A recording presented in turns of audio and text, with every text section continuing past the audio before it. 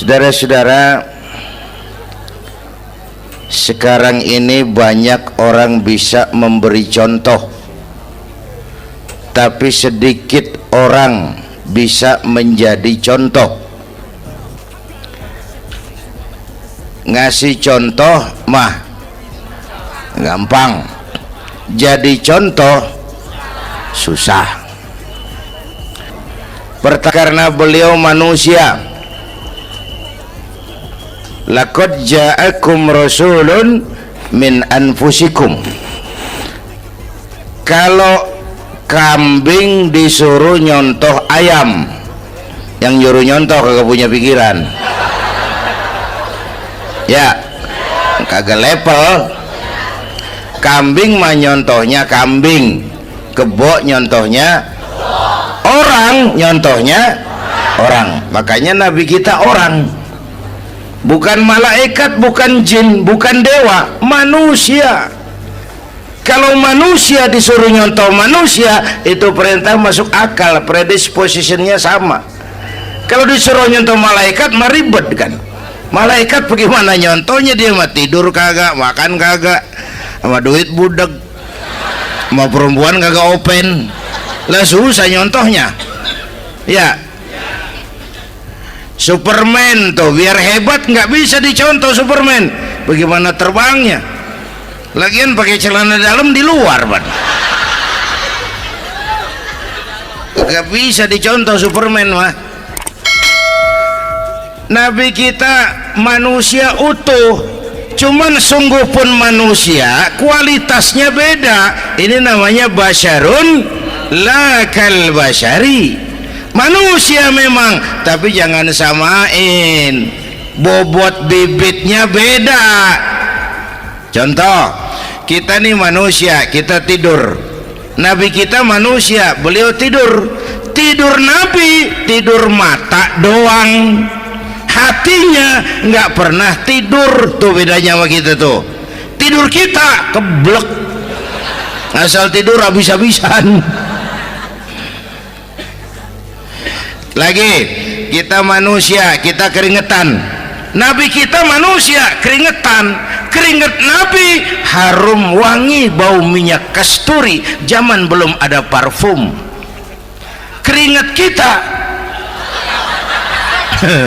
udah rasain aja masing-masing dah, jangan pakai dikebet udah.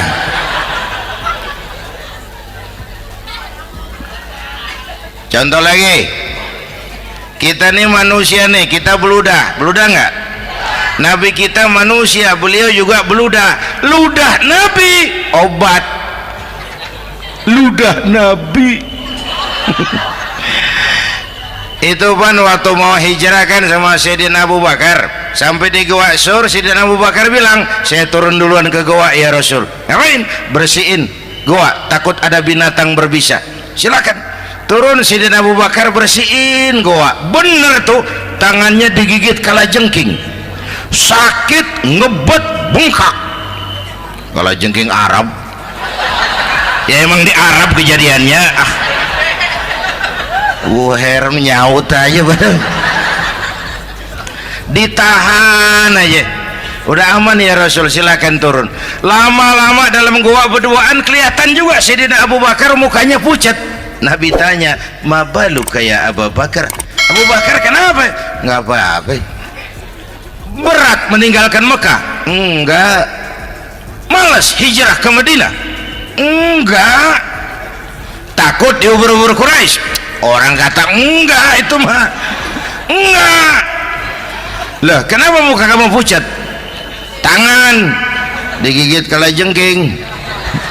Ngapa nggak ngomong dari tadi?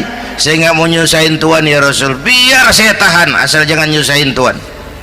Jangan begitu kau. Sini tanganmu, diambil sama baginda Nabi. Bismillahirrahmanirrahim, cuh, diludahin, ringkes, sembuh saat itu juga. Ludah Nabi. Pengen tahu kita yang ludahin, bengkak campur koreng.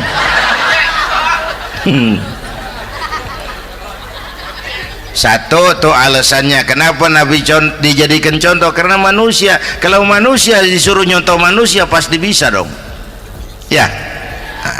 Yang kedua, karena tadi kata Bang Haji Oma, pribadinya itu pribadi yang multidimensi. Mau nyontoh apa? Pak, saya ini pengusaha Pak. Nabi umur 9 tahun udah ke Syria tuh, dagang lintas negara, Syam tuh. Saya jenderal Pak, Nabi mimpin tentara di medan perang Mas. Saya mau balik Pak, Nabi dakwah Bung. Saya guru Pak, Nabi ngajar Mas. Innama bu'istu mu'alliman, aku diutus sebagai guru, guru umat, guru bangsa. Saya politisi Pak, Nabi diplomat ulung Bung. Saya presiden Pak, Nabi mimpin bangsa dan negara Mas. Saya kepala rumah tangga Pak, Nabi punya anak bini Bang. Ayo lempengan mana dulu cari ngomong. Malah Nabi Isa tuh nggak bisa jadi contoh bagaimana membina rumah tangga bahagia. Bagaimana membina rumah tangga bahagia menurut contoh Nabi Isa? Nggak ada Mas. Kenapa? Nabi Isa belum sempat kawin. Ya, Nabi Isa belum sempat kawin. Ada pengikut Nabi Isa menyangka nggak kawin ajaran Nabi Isa, pada ngikut lagi nggak kawin. Tuh pastor tuh mubazir. Orang dikasih perabotan. Bang bener, saya kalau dalam Islam kiai kagak boleh kawin, saya pilih berhenti jadi kiai. Kalau kagak ada giro-giroan, botak rambut.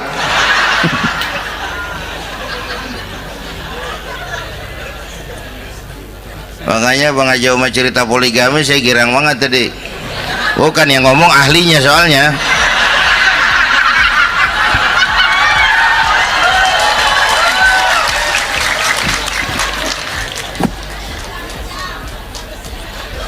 Dadah gitu aja deh ya. Nah, kata Imam Busair ini yang dahsyat. Ka'annahu wa huwa fardun fi jalalatihi fi ashkarin hina talqahu wa fi hasham. Sepertinya kehebatan Rasulullah itu sama, baik sendiri maupun di tengah tentara. Artinya begini, orang hebat banyak, tapi yang hebat di mana-mana susah nyarinya. Baginda Rasul ini lagi duduk hebat, lagi jalan hebat, ada di pasar hebat, lagi di masjid hebat, di medan perang hebat, di depan anak-anak hebat, di mata musuhnya hebat, di depan sahabatnya hebat, di mata istrinya hebat, di mana-mana hebat. Lah susah cari orang begini Bang. Ya, kita mah hebat juga setempat. Di kantor hebat, sekantor orang diomelin. Di kantor, pulang ke rumah dikeplak sama bininya diem aja. Nih di depan bininya dia kagak hebat dia mah.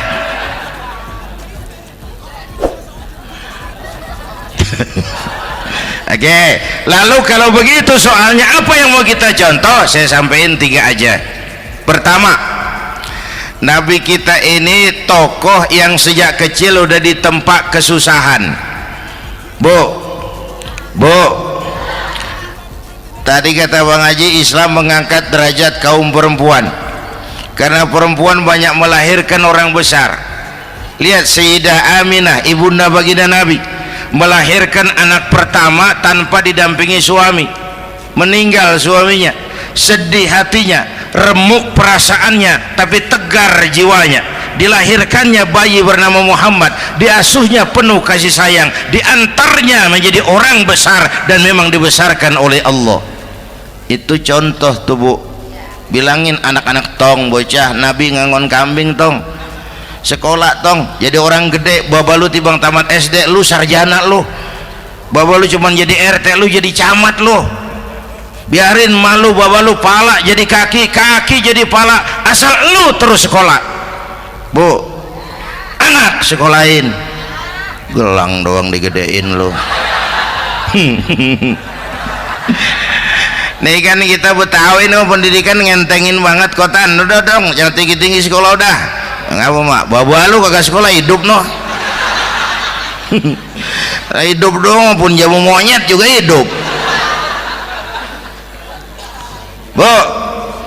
anak sekolahin.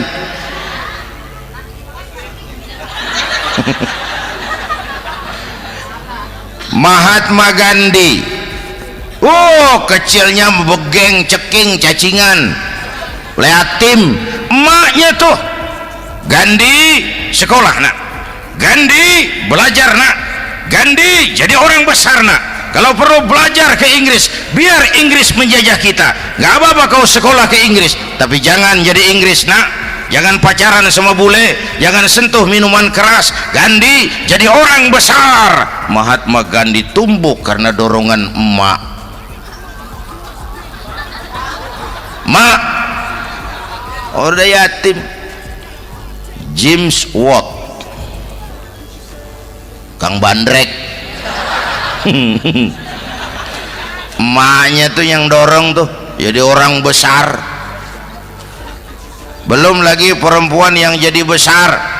Di Indonesia ada Kartini, di Jawa Tengah ada Dewi Sartika, di Jawa Barat Dewi Sartika, di Bengkulu ada Fatmawati Soekarno, sang penjahit bendera merah putih. Di Aceh muncul Laksamana Malahayati, disusul kemudian oleh Cut Nyadin, baru kemudian muncul Cut Koko, Cut Meme, Cut, ya udah tak cut lain dah.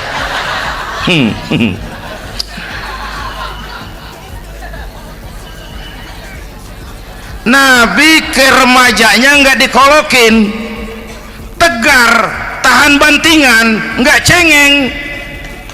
Begini bang, kalau bahasa kita nih, bahasa Betawi nih, orang mah bang kalau udah biasa susah ketemu susah nggak kaget udah. Ya kita Betawi kan masuk udah nukangin. Susah mulu. Saya santri nih biasa makan kangkung, datang ke rumah temen dikasih kangkung, makanan gue ini mat, dikasih daging ayam lah nambah. Emang apa? Orang mah kalau biasa susah enak, nggak kagetan. Saya santri biasa tidur di masjid, disuruh nginep di hotel lah pules nggak? Tapi yang biasa tidur di hotel suruh nginep di masjid encok. Makanya kemarin tuh waktu menteri-menteri baru dilantik tuh saya ngarepin tuh, mudah-mudahan nih menteri ini begitu dilantik bacaannya nawaitu sauma ghadin. Lu pada niat puasa dulu dah, entaran. Puasa kan bukan kagak boleh, nunda doang, nunda puasa mah. Tempe boleh maghrib, tahu boleh maghrib, air kelapa boleh maghrib. Lu menteri pada mau naik mobil mewah boleh, ntar kalau ekonomi udah mendingan, rakyat udah pada legaan napasnya. Ya sebab apa? Itu duit buat mobil para menteri kan duit negara. Duit negara kan duit rakyat. Duit rakyat kan duit gue juga, itu ada di situ. Gue bayar pajak. Sayangnya kebanyakan pejabat kita asal dilantik aja bacaannya Allahumma lakasumtu, niat buka puasa. Orang buka puasa kan kemaruk, apa jadi gares ya. Bu, jadi benar Islam mengangkat harkat, derajat, martabat kaum perempuan. Kata Bang Haji Umar tadi, denger nggak tuh? Waktu Nabi ditanya, ya Rasul, siapa yang paling harus saya taati di dunia? Ibumu. Setelah itu ibumu. Setelah itu ibumu. Setelah itu bapakmu. Ibu 3 kali disebut, bapak coba pikirin, ibu 3, bapak 1 bapak. Ini bagaimana ngitungnya? Jadi kerok begini nih ngitung nih.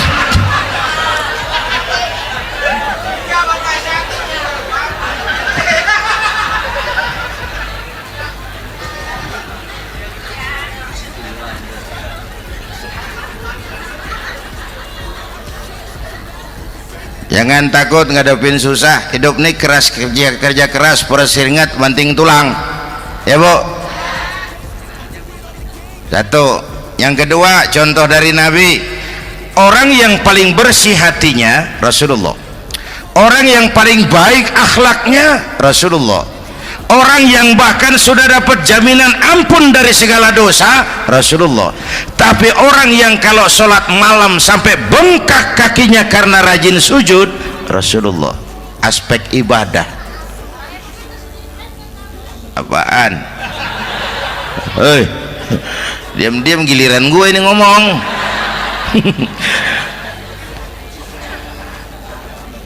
Lo ngomong lagi udah gue pulang. Canda neng. Udah gantian ya. Ya. Apaan urusan? Orang yang dosanya udah dapat jaminan ampun, kalau salat malam bengkak kakinya karena rajin sujud.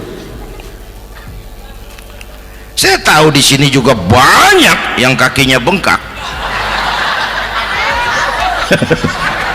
Semurat. Oke. Kira-kira 3 minggu yang lalu saya menghadiri haul akbar Syekh Maulana Malik Ibrahim di Gresik, haul ke 609. Dari situ saya ke Surabaya ikut zikir sama keluarga besar Tarbiyatul Qulub. Waktu zikir saya terkejut, ada kalimat yang dibaca ratusan kali menyentak perasaan saya. Kalimatnya sederhana, kita hafalah, yaitu kalimat ana Abdullah. Dibaca ratusan kali, ana Abdullah, ana Abdullah, ana Abdullah, ana Abdullah. Buat saya itu menyentak karena memperteguh komitmen saya hamba Allah, saya hamba Allah. Ah, itu mah Pak Zainuddin kan biasa, itu mah kita semua juga hamba Allah. Betul. Ayo kita bikin luar biasa. Saya mau tanya, Bapak, Ibu hamba Allah apa bukan? 3 orang. Ibu hamba Allah apa bukan? Hamba Allah. Kata siapa? Nah, kata ibu sendiri. Kalau kata sendiri pan namanya pan ngaku. Ya, orang ngaku mah boleh dong, tiba ngaku namanya juga ngaku. Cuman diakuin apa enggak kita pan belum tahu. Ngaku mah murah, diakuin mahal. Ya, yang gampang dah. Ibu kenal sama Presiden SBY? Kenal. Presiden SBY kenal sama ibu? Lo ngaku, lo ngaku.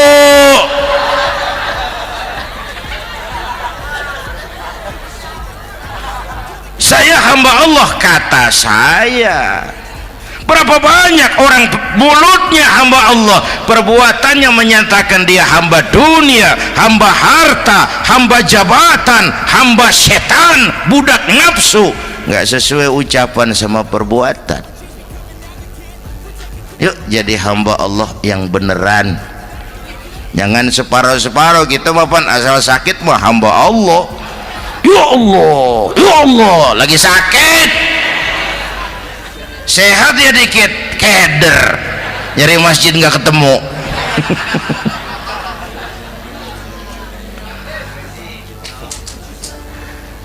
Apalagi kata Bang Haji tadi nih, kita nih kan zaman entertain nih, orang pada pinter bikin bungkusan sekarang Bang. Ya, abad entertain, orang pada bangun pencitraan. Tadi itu kiai sama dukun tipis bedanya. Dukun pada pasang iklan sekarang, ketik reg. Waduh, sampean lahir hari Selasa, nggak cocok di air, ono di hutan sono. Larang udah dagang es jadi berhenti, nggak cocok di air.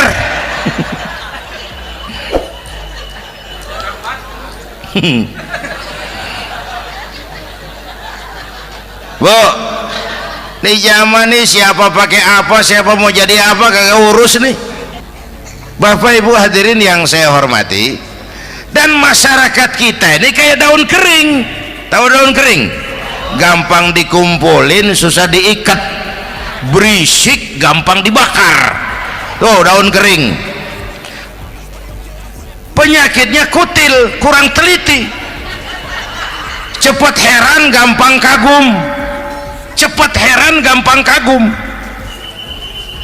Dulu ada tuh satu hari tabrakan di jalan kenceng, buah, korban jatuh belepotan darah, dikerubungin orang banyak. Datang wartawan mengambil gambar dari dekat, susah, orang banyak bener ngerubung. Cari akal nih wartawan, tolong saya dikasih jalan ke dekat korban. Orang nengok semua, saudara siapa? Saya bapaknya korban, katanya.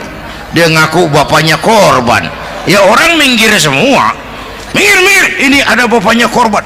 Orang minggir semua, dia maju ke depan korban. Sampai di depan korban pucat mukanya tuh wartawan. Kenapa? Yang ketabrak anak monyet, Pak. Dia udah kedongan ngaku bapaknya korban.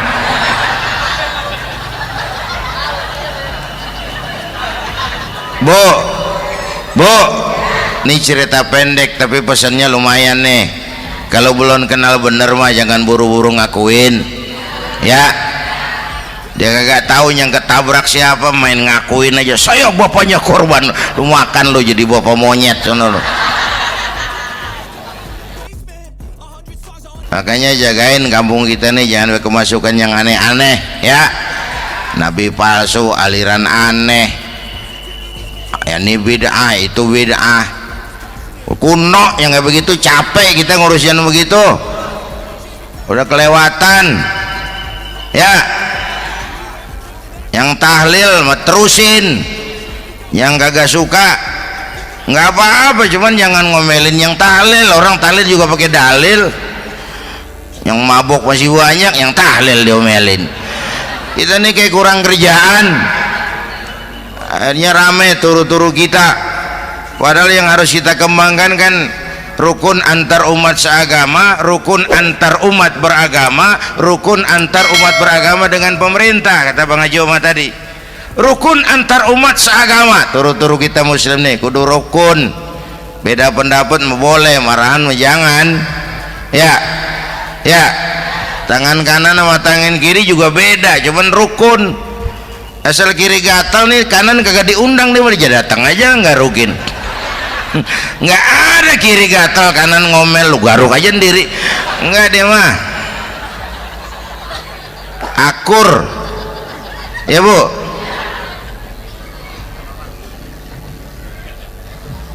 Yang kedua rukun antar umat beragama. Islam ini rahmatan lil. Yang ketiga rukun antar umat beragama dengan pemerintah. Ini mah kita kan bermasyarakat sama juga sembahyang berjamaah, ada imam ada makmum, ya. Nih rakyat kalau jadi pemilih yang pintar ke depan, nah, mau milih wali kota kayak gubernur kayak presiden kayak. Sebab apa? Sholat berjamaah kan siapa makmum kagak penting, Bang. Makmum mah siapa aja boleh, ya. Tiba ngikutin dia mah, ngaji dia mah gimana kayak nggak ada bab pemilihan makmum, nggak usah. Makmum mah kagak usah dipilih, siapa aja boleh, ya. Bang, tuh orang budak, Bang, boleh jadi makmum. Bacanya kagak fasih, boleh jadi makmum. Ketinggalan satu rakaat, boleh jadi makmum. Tapi nggak tiap orang boleh jadi imam. Siapa yang dipilih jadi imam? Pertama a'lamuhum, kata Nabi. Orang yang paling alim di kampungmu siapa? Angkat jadi imam. Yang paling alim, bukan yang paling tua. Tua juga kalau kejemur kisut. Dulu tuh Nabi Adam waktu diangkat jadi khalifah kan bekalnya apa? Wa 'allama Adam al-asma'a kullaha. Al-asma' ay al-ulumul katsirah.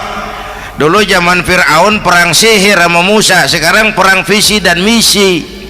Punya ilmu, Bu, ngerti urusan dari tetek sampai bengeknya. Kalau ngikutin imam yang alim pan enak, bisa dipertanggungjawabkan. Hati-hati milih pemimpin, maksudnya bu jangan terjebak oleh penampilan. Emas pasti kuning, bener? Apa semua yang kuning pasti emas? Udah paham dulu. Ustadz, kenapa? Di kampung saya ada 2 orang alimnya sama. Yang mana yang jadi imam? Afsahuhum, yang lebih fasih lidahnya. Yang satu alim pelok, yang satu alim kagak pelok. Nah, yang kagak pelok suruh jadi imam.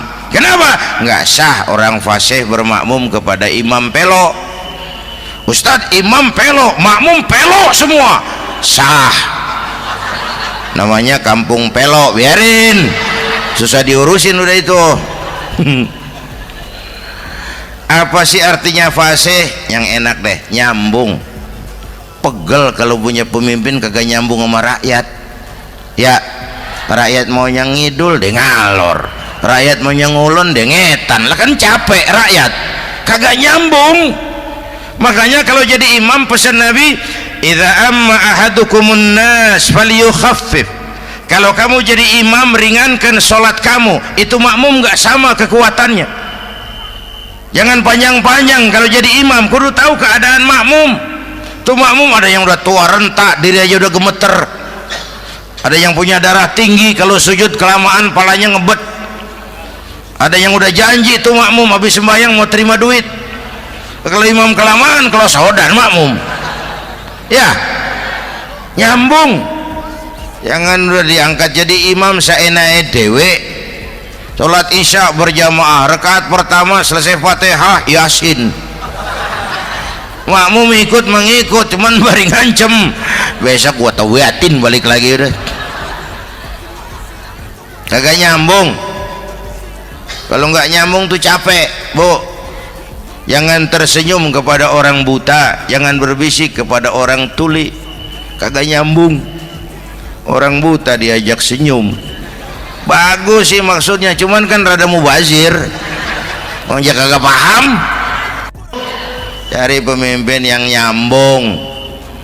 Kalau memang masyarakatnya suka tahlil, cari pemimpin yang suka tahlil. Rakyatnya suka maulid, cari pemimpin yang suka maulid supaya nyambung, kagak pegel kita.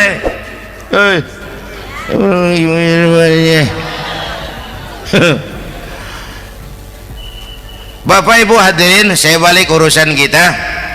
Nyontoh Nabi ibadahnya luar biasa. Bu, kita ini perlu Allah. Kita ini perlu Allah. Semua kita perantau di bumi Allah ini. Perantau pasti pulang.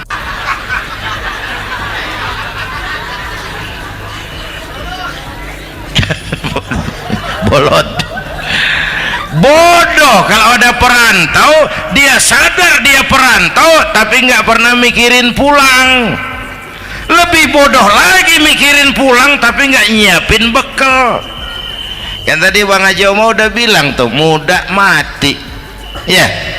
Kadang-kadang engkongnya seger banget, cucunya mati ya. Perantau mah mesti pulang. Sini mah kita ngendon doang, ngendon taran. Mula-mula pan Bang, kita mah tinggalnya jauh di alam arwah. Dari sana pindah ke alam rahim, alam kandungan emak nih. Pernah tinggal di situ 9 bulan tuh. Ada yang 2 tahun, yang keluar udah kumisan, kelamaan ngetemnya itu.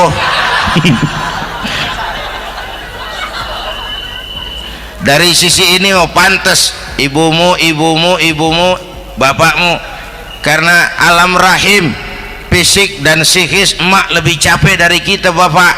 Kita mah orang laki mah, kita mah pan investor gitu mah, nanam modal doang. Yang ngolah pabrik kan emak tuh ya mak. Pabrik. Anak-anakku remaja, pemuda yang hadir, Masya Allah, emakmu, emakku, emak kita semua nih, dari mulai ngidamin kita udah kita seksa nih mana. Dari mulai ngidamin kita udah kita seksa emak nih, muntah nggak urus. Mending ada yang dikeluarin mah enak, lega. Ini kagak ada apa-apanya. Bener mak. Yang dipengenin yang kagak musim, lah kan setengah mati lagi urusan. Tengah malam pengen megang pala kereta, lu jorok bener lu, gue heran.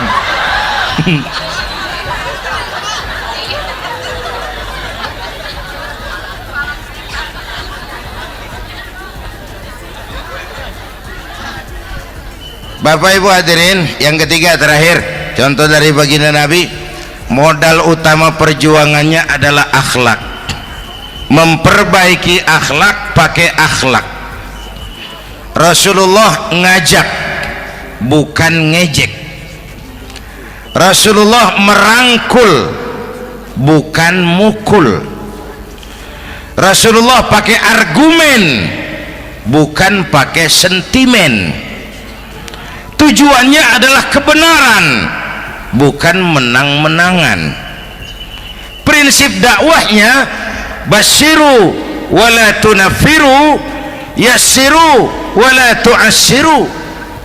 Gembirakan orang, jangan ditakut-takutin. Mudahkan urusan orang, jangan dibikin sulit. Di masyarakat memang mendingan rakyat rendah berakhlak tinggi daripada pejabat tinggi berakhlak rendah. Dulu tahun 50-an orang kita kalau pergi haji ke Mekah 6 bulan. 6 bulan tuh orang udah pada lupa aja baru pulang. 6 bulan orang yang ada cuman kapal laut, Mekah Madinah onta, banyak rampok lagi di gurun pasir Baduy itu. Dulu orang tua kita belajar manasik, kalian belajar silat. Sekarang karena kemudahan kemajuan ilmu menciptakan Boeing memotong waktu 5 bulan, orang pergi haji cukup sebulan. Bapak Ibu hadirin yang saya hormati, oleh karena itu menjaga nilai-nilai akhlak itu penting. Kepada siapa kita harus berakhlak? Pertama, kita harus berakhlak kepada Allah. Bagaimana caranya? Jangan menyekutukannya dengan sesuatu pun. Yang kedua, jangan menyembah kecuali hanya kepadanya. Yang kedua, kita harus berakhlak kepada sesama tadi itu.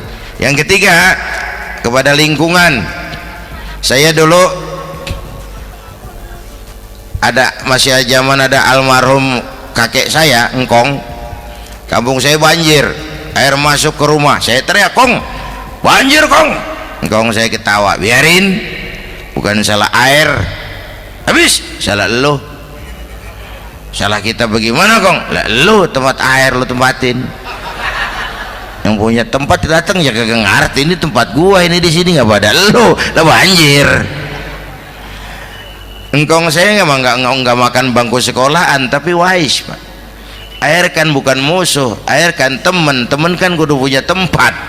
Lalu kagak punya tempat, pantas kemana dengan ayam, banjir ya. Dulu saya remaja ngaji babul istinja, kiai ngajar makruh buang air kecil di tanah berlubang. Saya tanya, kenapa makruh kiai? Pertama, untuk alasan kesehatan, siapa tahu di lubang yang kamu kencingi ada gas beracun. Kalau tidak kiai, kalau tidak maka artinya melindungi binatang yang ada di dalam lubang. Siapa tahu di lubang yang kamu kencingin ada semut. Sedang rapat membahas laporan Susno 2Ji, apa dosanya lalu mati dikencingin? Ini namanya rahmatan li semut. Saya mau bilang alam sekarang tidak seramah dulu karena kita juga nggak ramah sama alam. Bapak Ibu hadirin yang saya hormati, padahal watak Islam rahmatan lil alamin. Inilah barangkali